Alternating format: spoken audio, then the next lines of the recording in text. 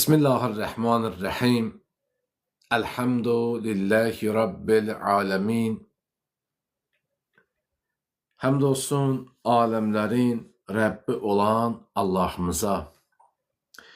Esselamu aleyke ya Əba Abdillahil Hüseyin və alə Ali ibn Hüseyin və alə evladil Hüseyin və alə əshabil Hüseyin və alə zəvvaril Hüseyin. Bugün cənnət cavanlarının ağası Həzrəti İmam Həsən Müctəba əleyhisselamın mövlud gecəsidir. Mübarək Ramazan ayının 14-dən 15-nə keçən gecə. Allahın dirək öz böyüklüyünə xatir Allah bizi hər iki dünya Peyğəmbər salavatullah və onun pak əhl-i beytindən ayrı salmasın inşallah. Bu niyyətimizə Peyğəmbər və Ali Peyğəmbər salavatla yad edək. Allahümmə salli ala Muhammed və Ali Muhammed və accil rəcəhun. Mübarək Ramazan ayının əsas təsirlərindən biri də insan ruhunun təskiyyəsi, yəni paklanması, çirkin sifətlərdən təmizlənməsidir. Oruc bədənimizin zəkatı sayılır.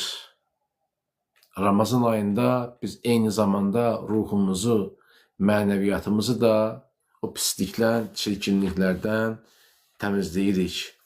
Quran-ı Kərimi qarşılayırıq. Quranla münasibətlərimizi düzəldirik. Təzkiyə məna baxımından tərbiyədən daha əhatəli və özünə məxsus əməlləri ehtiva edən, hədəfə sahib olan bir anlayışdır əzizlər. Tərbiyə deyəndə insanın fundamental problemləri həll olunur. Bir nəfər mümkündür ki, tərbiyəli insan olsun. Amma onun ruhunun kökündən pak olması deyil bu. Ola bilər insan bir cəmiyyətdə özünü yaxşı aparsın, bir qonaqlıqda, bir tədbirdə, bir ailədə. Amma hansısa bir qüsur da ola bilər, çatışmazlıq ola bilər. Amma təzkiyə belə deyil. Təzkiyənin əsas məqsədi budur ki, problemləri aradan qaldırmaq və insanın nəfsindəki hər cür xəstəliklərin əsasını tapsın və onu aradan qaldırsın. Təbii ki, bu yolda addımlamaq üçün Əhl-i Beyt əleyhissalamın həyatına baş çəkməliyik. Müxtəlif aspektlərdən, pəncərədən baxmalıyıq. Çalışaq ki, onların həyatına baxanda özümüz üçün dərs götürək. Qəlbimizdə hər hansı bir yaranın qırıntıları belə qalmasın, qalıqları belə qalmasın. Çünki o qalıqlar qalanda o yenidən inkişaf eləmə bacarığı var, inkişaf eləyə bilər. Görürsünüz, bir dəfə desəm, misal çəkmişik sizə. İnsan adətən uşaq vaxtı bunlar çox vaxt olurdu. Çiban deyirlər, xəstəlik deyirlər. Məsəl üçün, onu basardılar, o çirki çıxardardılar, soyuqlayanda. Amma deyirlər ki, onun dibində özəyi var, özəyini çıxart, kökünü çıxart. Çünki o özəyini çıxartmırsan, deyir, çiban yeyən çıxacaqdır. Məsələn, ta onu sıxardılar ki, üzr istəyirəm, ta onun kökü özəyə çıxsın. Təzkiyə bizə bunu göstərir ki, biz təzkiyə olunaq ki, o qəlbimizin o dərinliklərində ilişib qalan və ya gizlənmiş şirk də ola bilər. Kibir də ola bilər, ücub da ola bilər ki, yığılar. Elə bir vaxt üzə çıxar ki, illər də orada qalar, xəbərin olmaz. Qəflətdə olarsan, bir də aylarsan ki, heç də yaxşı müalicə etmədiyin biri o mənəvi xəstəlik üzə çıxar. İnsan cismi xəstəliyi bu cürdür. Məsəl üçün, insan yaxşı müalicə olunmayanda, yaxşı bir kurs, 2 kurs müalicə olunmayanda, baxarsan, gec-tez yenə o xəstəlik biruzə verir və başqa bir xəstəliyə zəmin yaradır. Mən neçə il bundan öncə, təxminən, bəlkə də 10 ildən çox olar, 10 ildən çox olar, bəlkə 12, 13 belə, 14 il yaxın bir yas məclislərinin birində iştirak eləmişdik. Deməli, bu ailədə xanım qanla bağlı xəstəliklə dünyasını dəyişmişdi. Bunlar vaxtilə bir dənə restoranların desəm birində yemək yeyiblər, ailəvi hamısı zəhərlənibdi. Hamısı zəhərlənmişdi, ailəvi səhv eləmirəmsə. Belə bir hadisə idi. Bir dənə həmin xanım zəhərlənməmişdi. Qalan hamı zəhərlənmişdi və müalicə olmuşdular, düşmüşlər vaxtında üstünə. Və həmin xanım heç nə olmamışdı. Üstündən bir 6-7 ildən sonra səhv eləmirəmsə, həmin o virus mu deyim, bakteriya mı deyim, o aktivləşmişdi. İnsanda vardı müəyyən xəstəliklər var ki, onların çöpləri var. Onlar aktivləşəndə fəsadlar baş verir. Məsələn, şəkərdir, hamımızda olur. O sadəcə aşağı və yuxarı olması. Təzyiqdir, hamımızın təzyiqi var. Sadəcə təzyiqin aşağı və yuxarı olması üçün balanslaşdırılmalı, taraz saxlanılmalı təzyiq. Yəni, nəyisə yiyərsən, görsən, yaşlanan vaxt deyirlər ki, bu şeyi çox yiymə, bu şeyi çox yiysən, təzyiqin qalxacaqdır. Və ya filan şeyə çox əziyyət çəkmə, çox özü gücə salma, təzyiqin düşə bilər və s. Yəni, stabil bir yaş həddi var ki, o həddə gəldi, mütləq stabil saxlamaq lazımdır onu. Əks təqdirdə fəsadları baş verər. Bax, mənəvi xəstəliklər də bu cürdür. Sağaltmasaq, biz onu düzəltməsək, gec-tez bizə zərbə endirəcək. Gec-tez bizi yaxalayacaq və həva-i nəfsimizə qurban verəcək. Dedik, Həzrəti İmam Həsən əleyhissalamın bugün mövlud günüdür. Elə dərsimiz də elə ağamıza həsr elədik. Niyə bunu əvvəldən danışdım? İmam Həsən əleyhissalamın biz həyatına baxanda çox böyük dərslər görə bilərik. Çox dərslər görə bilərik. Gəlin bu dərsə biz bir tarixi bir hadisə kimi yox, ruhumuzun səxavəti və mənəvi ucalıq kimi baxaq. İmam Həsən əleyhissalam deyəndə həmişə Kərim imamı idi. Yəni, səxavət məktəbi, İmam Həsən məktəbi.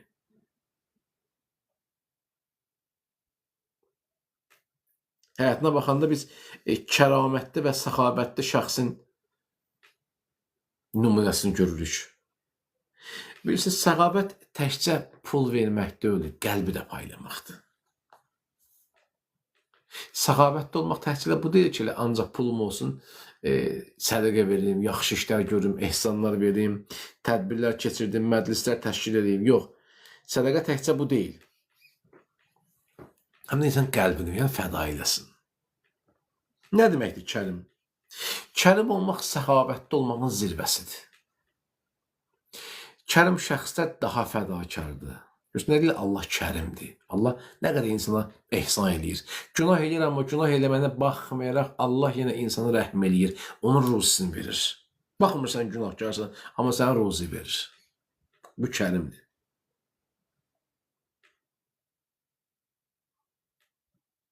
Qarşı tərəf istəmədən onun izzət nəfsini qorumaq üçün edilən əməl deyirlər, kərim əməl. İmamın ləqəbi Kərim-u Əhl-i Beytdir. İmam Həsən əleyhissalam bir ləqəbi də Kərim-u Əhl-i Beytdir. Ömür boyu 3 dəfə bütün var dövlətini, 46 yaşında imam şəhadət atıb, 46 yaşında səhv eləmirəmsə. 3 dəfə var dövlətini Allah yolunda yoxsullara paylayıb. İmam Həsən əleyhissalam. Hətta bir rəvayətdə var ki, ayaqqabısını bir tayın saxlayır, özünə saxlayıb deyən sədəqə veribdir. Bu qədər səxavətli və kərim imamı idi. Biz nə qədər səxavətli, nə qədər kərim ola bilirik? İmama baxıb o dərs götürə bilərik. Sən ehtiyacın varsa, ehtiyacın yoxsa verəcəksən və yaxud da verməyəcəksən. Və yaxud da yəni, ehtiyacı olan qədər verəcəksən kiməsə. İmam amma 3 dəfə malını Allah yolunda xərclədi. Bir daha deyirik, səxavət təkcə maddiyyatda deyil, həm də əxlaqdadır. Səxavət təkcə maddiyyat deyil, həm də əxlaqdadır. Çünki hər bir şeyin əxlaqa, ədəbə ehtiyacı var. Əmr əl-Mömin əleyhissalam bir ağlın da ədəbə ehtiyacı var. Çox məşhur tarixi hadisədir, eşitmişsiniz bunu. Bir nəfər Şam şəhərindən, indiki Dəməşq şəhərindən gəlir Həzrəti İmam Həsən Müctəbə əleyhissalamın yanına. Çox ağır təhqirlər edir. Niyə Muaviyyənin o təbliğat maşını var idi ki, Əhl-i Beytin barəsində nələr deyirdi, nə sözlər demirdi. Ki, o da onun təbliğatının təsirində idi. Bugün cəmiyyət də bu cürdür. Baxsan, bir dəstə insan təbliğatının təsirindədir. İşte sosial şəbəkədə bu aktivdir. Kimiz haqqında bir dənə mənfi söz deyəndə axtarmadan, araşdırmadan, öyrənmədən aşağıdan bir komment yazır. Hətta klaviatura şiirləri mövcuddur. Qoyarsan yaxşı, kişi kimi danışarlar, kişilikdən danışarlar, qeyrətdən danışarlar, xanımlıqdan danışarlar, iffət və ismətdən danışarlar. Amma ortaya gələndə, meydana gələndə, məsələ əmələ gələndə yoxa çıxırlar. Yoxdular. Niyə? Çünki cürətləri yoxdur, onların bu gücü qüvvəti yoxdur. Nəyincə qurbanıdırlar? Ya kimisə həvai nəfsinin qurbanıdırlar, ya hansısa bir təbliğatın qurbanıdırlar. Görsən, bazen bu cür olur. Kimsə bir sözdürsə, başlayırlar o adam haqqında mənfi fikir söyləyir. Adamı heç tanımırlar. Kimsə bir söz deyibdir, onun sözünə uyğun başlayırlar təbliğ eləməyə. Belə zəif insanlar var. Onun üçün səxavətli olmaq təkcə pulda deyil, kərim olmaq təkcə pulu əxlaqda da olmalıdır. Əxlaq sahibi də olmalıdır insan. Əxlaqında da bunu göstərməlidir. Maksimum çalışmalıdır, mehriban davransın, ədalətli davransın, səxavətli davransın, ondan xoş rəftar eləsin, xoş söhbət eləsin. Və imama çox təhqirami sözlər işlətdi o Şamdan gələn kişi. İmam Həsən əleyhissalam təbəssüm elədi, ona qəzəblənmədi. Ona qəzəblənmədi, təbəssüm elədi. Bəzən bu cür olur, bəzən bu cür olur. Görmüşsün, cəmiyyətimizdə belə insanlar da var. Mən bunu dəfələrini demişəm. Məsələn, görürsən ki, bir şəxs inansız bir insandır, onun haqqında nələr deyirlər. Nələr deyirlər. Lazım olan deyiləsi insan qalır kənarda, ləyaqətli insanlara hər cür söz deyirlər. Bir ləyaqətli, izzətli bir alimə, bir müctəhide hər cür söz deməyə çalışırlar. O da bir dəstə insanlardılar. Ha. Ya küçüyə düşüblər, ya hansısa bir səhv təbliğatın düşüblər təsirinə. O qədər belə danlanası, tənqid olması məsələlər var. Onlar orada yoxdular. Kimsə açıq-saçıqlığı təbliğ eləyir, heç gedib vaxtdan bir ona bir söz yazmır. Demir ki, bu nə geyimdir, geyimsən, bu ədəbsizlikdir, bu əxlaqa ziddir, bu bizim xalqın milli mənəvi dəyərlərinə yaraşmır, bu bizim efir məkanına yaraşmır. Gedib onu demir, ona reaksiya bildirmir. Amma gəlir hansısa bir alimin, müctəhidin barəsində, bir fəqihin barəsində xoş olmayan söz yazır. Bu nə qədər ədalətlidir, bu nə qədər vicdana sığır, nə qədər bu insaflıdır. Adam düşmənçilik eləyəndə də kişi kimi düşmənçilik eləyər. Yəni, mərdi mərdana düşmənçilik eləyər. Sən bilmədiyin, tanımadığın, məlum olmadığı şəxs haqqında artıq danışırsan. Və yenə də bu danışanlar da ya küyə düşənlərdir, ya səhv təbliğatın qurbanlardır, ya da ki, klaviatura şirlərdir, pənəklərdir bunlar. Çox tənqidlədi imamı. İmam qəzəblənmədi buna. Əksinə təbəssümlə yanaşdı. Onu deyirdim, təbəssümlə yanaşırsan, elə bilirlər ki, sən demək olar. Və həmin adamlar görürsünüz, yalnız inanclı insanların və əxlaq sahibi olan adamların videolarına şərh yazanda nə gəldi yazılır. Amma bir dənə ədəbsiz ora çıxsın, heç ona bir söz yazmazlar. Öz hisslərinə, nəfslərinə uyğun bir söz yazırlar.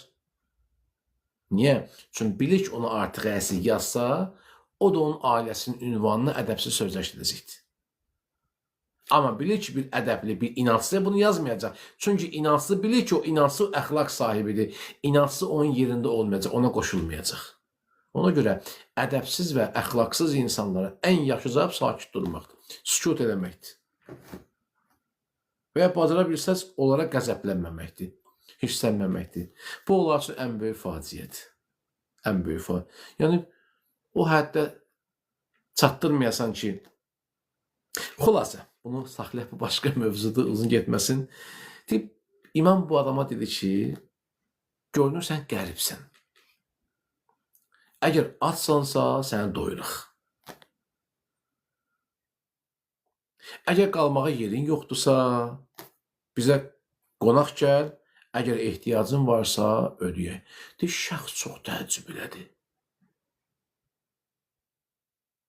Adam beyni qarışdı. Çünki adama İmam Həsən haqqında xoş sözlər deməyiblər. Muaviyyənin təbliğat maşını Şamda İmam Həsən Müctəba haqqında xoş söz deməyibdi. Əhl-i Beyt məktəbi haqqında xoş söz deməyibdi.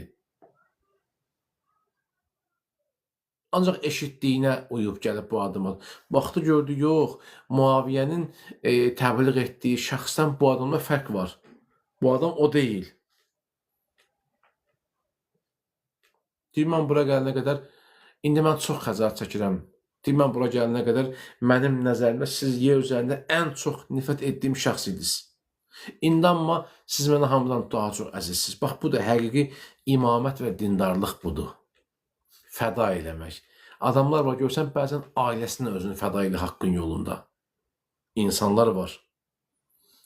Necə Kərbəlada İmam Hüseyin Əsələm bunu elədi. Adam kəramətli imam idi. Adamlar var, görürsən, bir terrorun qurbanı olurlar, bir qətliamın qurbanı olurlar. Öz xanımı ilə, övladı ilə, nəvəsi ilə, balası ilə, ailə üzvləri ilə. Niyə? Bir cəmiyyət ayılsın deyənə. Bir cəmiyyət ayılsın. Bundan da oyuna ayılmayan cəmiyyət elə qəflətdə qalmağa məhkumdur. Zillətdə qalmağa məhkumdur. İmam Hüseyin gördünüz neynədi Kərbəlada? Bütün varidatı ilə şəhid oldu.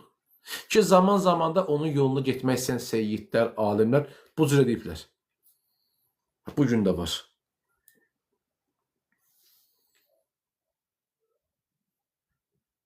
Ən böyük səxavəti, öz izzətini və adını İslamın yaşaması üçün qurban verirdi. İslamın yaşaması üçün. Həqiqətin yaşaması üçün. Sən olsan da olmasan din olacaq, din yaşayacaq. Bu Şiə məktəbi, bu Əhl-i Beyt məktəbi olacaq həmişə. Sən mən olmasa da bu olacaqdır.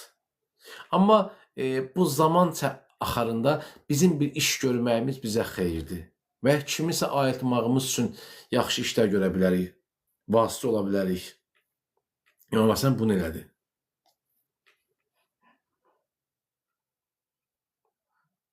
Sülh elədi İmam Həsən, onu qınadılar. Ki, sən getdin Muaviyyə ilə sülh elədin. Amma başa düşmədilər ki, İslam daxildən parçalana bilərdi. Və həqiqi möminlərdən qanı nahaq yerə axa bilərdi. Peyğəmbər də sülh eləmişdi. Əmr əl-Müminin Əli əleyhissalam da sustu. 25 ilə yaxın sustu. Haqqını tələb eləmədi. Təbii ki, Peyğəmbərin vəsiyyəti var idi. Bəzən susmaq haqqın üzə çıxmağına səbəb olur. Yadda saxlayın. Bəzən sükut eləmək bu cürdür. Bəzən susmaq bu cürdür. İnsan susanda da bəzən haqqı göstərə bilir. Haqqı demək sözlə olmur ki. Qılıncla, silahla olmur ki. Elmlə bəzən olmur ki. Bəzən insan susmaqla haqqı göstərə bilir. Kim o məsələn Əsələm bunu göstərdi. Əmr əl-Müminin Əsələm bunu göstərdi. Bəzən bir şeyin gizlin qalması haqq və batilin üzə çıxmağına səbəb olur. Xanım Zəhra salamullah əleyhanın qəbrinin gizli qalması buna səbəb olur. Ona görə kərimlə səxabətin fərqi bundadır ki, kərim yoxdan özünü fəda edir. Səxavətdə olmaq ola səxavətdə olursan. Nəyinsə var olursan. Amma kərim budur ki, nəyinsə olmadan səxavətdə olursan, o işi görə bilirsən. Özü fəda edə bilirsən. Yəni, yaxşılıqla fədakarlığın fərqi kimi. İmam Həsən Əsələm buyurur, səxavət istəmədən verməkdir. İstədikdən sonra vermək isə xəcaləti ödəməkdir. Bizim səxavətdə olmaq üçün bu ay ən gözəl fürsətdir. Biz başqa aylarda bəlkə də bunu elə bilmərik. Bəlkə də başqa ayda biz bunu elə bilmərik. Çünki başqa aylarda şeytan bizə imkan verməyəcək. Şeytan bizim əlimizdən yapışacaq, cibimizdən yapışacaq. Ki, icazə verməyəcək ki, biz o işləri görək. Nəfsimiz Həva nəfsim bizə güc gəlməyə çalışacaq. Şeytan vəsvəsə eləyəcək doğmalarından, yaxınlarından, əzizlərindən ki, sən o yaxşı işi görməyəsən. Bilirsiniz, şeytan vəsvəsəsinə qalib gəlsə, nə qədər yaxşı işlər görmək olar. Cəmiyyət yığışıb, hər ay bir ev olmayan ev ala bilərlər. Ən sadə bir daha misal deyim sizə. Bir cəmiyyət yığışıb, hər ay evi olmayan bir gəncə, bir cütlüyə, kirada qalan bir şəxsə ev ala bilərlər. Bir cəmiyyət yığışıb. Elə bilməzlər, eləyə bilərlər. Nə qədər inansız insanlar var. Bir dənə cəmiyyət yaranar, növbə ilə ev olmayanlara hər bir ev alına bilər. Nə bunu eləməyə mane olur? Şeytanın vəsvəsəsi, həva nəfs. Bunu eləməyə mane olur. Niyə? Çünki həqiqəti qəbul eləyə bilmirik, həzm eləyə bilmirik. Ədalətli olmaq elə birisi asan bir şeydir. Hərdən deyirik, ən keçici Allah qoysa Əhya gecələrində Əmir əl-Mumini Əli əleyhissalamı, əzizlər, möhfumat öldürdü, möhfumat. Ədalətin çoxluğu öldürdü. Ədalətli olmaq nəyəsə keçə bilməkdir. Bölüşə bilməkdir. Buna cəmiyyət hazırdır, yoxsa yox? Bu mühüm prosesdir. Çox mühüm prosesdir. İnsanlar olub tarixdə, şəxsiyyətdə olub ki, öz doğmalarının içində tənha olublar. İmam Həsən əleyhissalam belə bir şəxsiyyət idi. Siz təsəvvür edirsiniz, adam evin içində tənha idi. Mən bilmirəm, siz cəmiyyətdə belə insanlar görmürsünüz, ya özünüz bu cür insanlarsınız, yoxsa yox. Ki, səni anlamayan insanların bəzən içində olursan, istəmədən içində olursan. Baxırsan ki, evdə heç kim səni anlamır, nə ata, nə ana, nə qardaş, nə bacı, nə həyat yoldaşı, nə xanımın, kişisənsə xanımın, xanımsan ərin. Baxırsan, heç kim səni başa düşmür da, yəni övlad da, yəni belə deyək də, o deyil. Sanki sən bir dənə şəxs düşmüsən bunların içərisinə, o deyil. Deyirsən, Allah, mən hardan gəlib düşmüşəm bura? Adam hərdən özünə sual verir. Görürsən, mən həqiqətən bu ailənin uşağıyam. Həqiqətən mən bu ailənin üzrə. Həqiqətən filan kəslər mənim övladımdır. Filan kəs mənim atamdır, qardaşımdır, ərimdir, xanımımdır, bacımdır, qızımdır. Doğmaların və əzizlərin verdiyi istirabı ikinci şəxs verə bilməz. Doğmaların və əzizlərin elədiyi xəyanəti heç kim səni eləyə bilməz. O qədər səni yandırmaz. Və tarix də bunu göstərir. Nə qədər həyat yoldaş tərəfindən əziyyət görən xanımlar var. Xanımı tərəfindən hörmət olmayan nə qədər kişilər var. Nə qədər belə ailələr var, insanlar var. Çox zəif, fundamental prinsip olmayan ailə institutları var. Nə qədər belə insanlar var. Bir də baxarsan ki, bir dənə sənsən evin içində, Əhl-i-Beyt tərəfdarı. Bir dənə şiyə sənsən, başqa heç kim deyil. Mən belə bir adam görmüşdüm, bizim bir tanış var idi. Nəsillərində hamısı əhli xilaf idi. Bir dənə bu adam əhli şiyə idi. Özü xanım idi. Özü xanım idi. Övlad da olmurdu. Xanımın övlad da olmurdu. Övlad da olmurdu.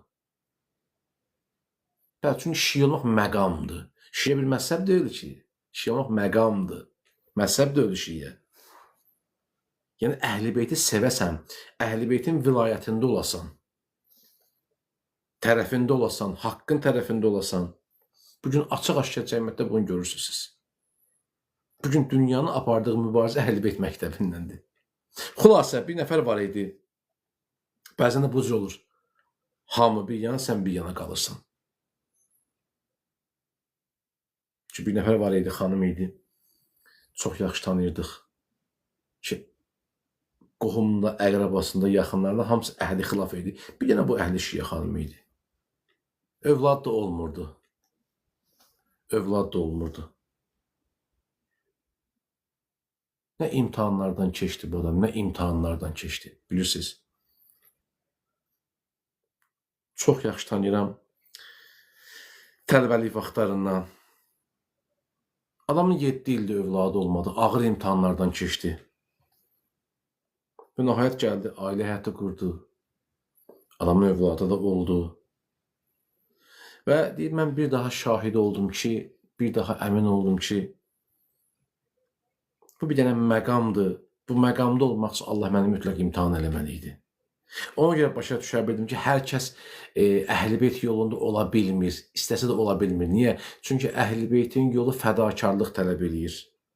Dar düşüncəli insanlar, taxt davası düşünən insanlar bu yolda ola bilməz. Mümkün deyil. Ola ki, deyirlər, taxt davasıdır bu. Ola ki, deyirlər, pul davasıdır bu.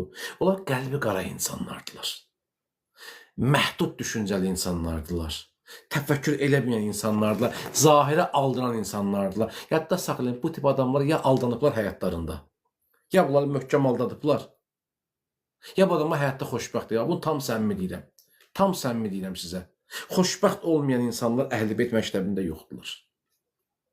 Ona görə məktəbə qoş. Çünki məktəb xoşbəxtlik vəd eləyir. Amma cəfa görməlisən. İnsan cəfaya hazır deyilsə, bax, bu cür tərlənən sözlər danışacaqdır. Yadda saxlayın. Bu tam əmin olun siz. Alnı möhrə qoymaq, çadıra geyinmək, hicab bağlamaq, saqqa saxlamaq şiə olmaq demək deyil. Çətinliklərdən keçib bu məktəbə öz adını yazdıra bilsən, sən şiəsən bu əziyyətlərdən sonra. Yoxsa belə mən Əhl-i-Beyt aşiqiyəm, mən İmam aşiqiyəm, bu cür olmur. İmam Həsən əleyhisselamı xanımı zəhərləyib öldürüb, Allah lənətləsin. Təsəvvür edirsiniz? İmam Həsən Müctəba əleyhisselamı xanımı zəhərləyib öldürüb. Öz xanımı zəhərləyib öldürüb. Yazır ki, tarixdə var, deyir, mən Həsən ibn Əlinin ölümündən sonra bildim ki, evimizdə yanan işıqlar sən demə lampa deyilmiş, imamın nuru imiş. Evə işıq saçırmış. Öyle mən elə bildim ki, evdə lampa yanır. Bu cürdür. Dünyapərəst insanlar Əhl-i-Beytin vilayətinə düşmənçilik eləyəcək. İmamla düşmənçilik eləyəcəkdir. İmamı yaxşı qiymətləndirməsən, bu son sözümdür. İmamı yaxşı qiymətləndirməsən, imamı yaxşı tanımamasınız, vilayəti yaxşı dəyərləndirməsəz, izah eləməsəz, daha doğrusu vilayətin fəlsəfəsini başa düşməsəz və imamı tək qoysaq, inanırlar, biz gecsiz ola düşmə olacaq. Bir adam ki, Əhl-i-Beytin vilayətini yaxşı dərk eləmir və dərk eləmək istəmir də, hətta namaz da qıla bilərik. İllər namaz qılan olar. Neçə və həccə Kərbəla məşədə gedə bilər. Zamanı imamını tanımamsansa, sən gec-tez ona düşmə olacaqsan. Gec-tez, mütləq. Yəni, daha doğrusu yaxşı qiymət verməmisənsə, yaxşı dəyərləndirməmisənsə Əhl-i-Beyt məktəbini, ciddiyə almamısansa, ötəri yanaşmışsansa, gec-tez sən bu məktəbə düşmə olacaqsın. Qənim kəsilməyə çalışacaqsın. Çünki tarixdə biz bunu çox şahid olmuşuq. Sözümü bitirəcəm inşallah. Şiə qəribdir. Zamanı imamını gözləyir. İnsan bəzən evində qərib olur. Bəzən işlədiyi cəmiyyətdə qərib olur. Çünki adam onun başa düşməndən əhatəsində olanda tez sıxılır, darıxır. İmam Həsən də qəribdir. Nə bir günbəzi var, nə bir türbəsi var. Bəqi qəbirstanlığına hacılar gedəndə görürlər, ümrəyə gedəndə əzlərimiz görürlər. 4 dənə məsum imamımız qəribdir orada. Heç bir günbəz yoxdur, heç bir şam yandırmağa da icazə vermirlər. Amma bir ömür Əhl-i-Beytdən düşmənçilik eləyən alimləri var ki, onların günbəzləri var. Onlara şirk sayılmır. Amma bu 4 dənə imamı günbəz qoyulsa şirk sayılardı. Əslində onlar özləri də bilir ki, bu şirk deyil. Sadəcə düşmənçiliklər var, həqiqəti qəbul eləyə bilmirlər. Çünki həqiqəti qəbul eləsələr, bəzi şeylər əlindən çıxacaqdır. Onun üçün qorxurlar, narahat olurlar. Allah izzət versin. Allah bizlərə, sizlərə, hər birimizə tövfiqat versin. Bizi Peyğəmbər və Ali Peyğəmbərdən ayrı salmasın inşallah. Muhammed və Ali Muhammed salavatla yad edək. Allahümmə salli alə Muhammed və Ali Muhammed və əccil ərəcəhum. Allah hər birinizdən razı qalsın inşallah. Allah sizləri öz nəzərindən bir an da olsun ayrı salmasın. Gələn günlərimizi xeyirli və bərəkətli etsin inşallah.